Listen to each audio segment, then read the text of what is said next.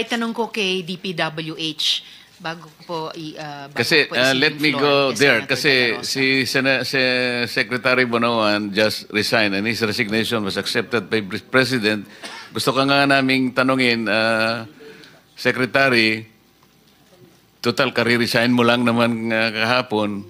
Gusto mo pa bang ikaw ang sasagot o you would like to beg off and allow somebody or have you deputized an official with you today na siya nang magsasalita in your behalf para kung gusto mo nang mag-beg off, it's up to you.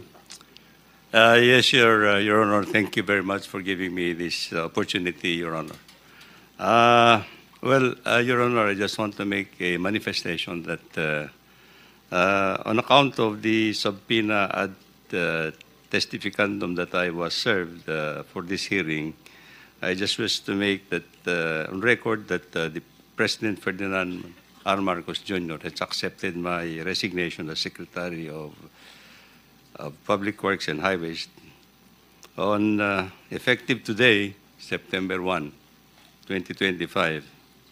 And so what is your pleasure, sir? in view of this circumstance, Your Honor, that effective today, September 1, and since I am no longer the Secretary of Public Works and Highways and I don't have the official capacity to represent the department, that I may be excused on the proceedings at this point in time, Your Honor. We can do that, Mr. Mr. Secretary, and we will thank you for having raised our inquiry today. But we expect that you have, before you finally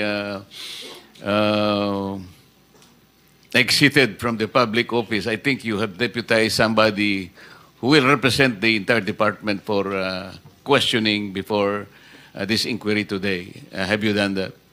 Your Honor, the people that had been invited from the department are all here, Your Honor. Okay. Mr. Chair? Yes, Senator Risa. Mr. Chair, bagamat gaya ng sinabi ng Chair at ni former Secretary na tanggap na ang kanilang pagbibitiw, however, I would still like to appeal at least dun sa institutional memory ni dating Secretary Bonoan. Kahit dun lang po sa naitanong ko na po sa kanila kanina, if I may, Mr. Chair and the good former Secretary, kahit yun lang ba dun sa tanong na nasisilip na po ba ng department kung may practice po ang mga diskaya sa kanilang mga kumpanya na pinapahiram or pinaparent out yung mga lisensyang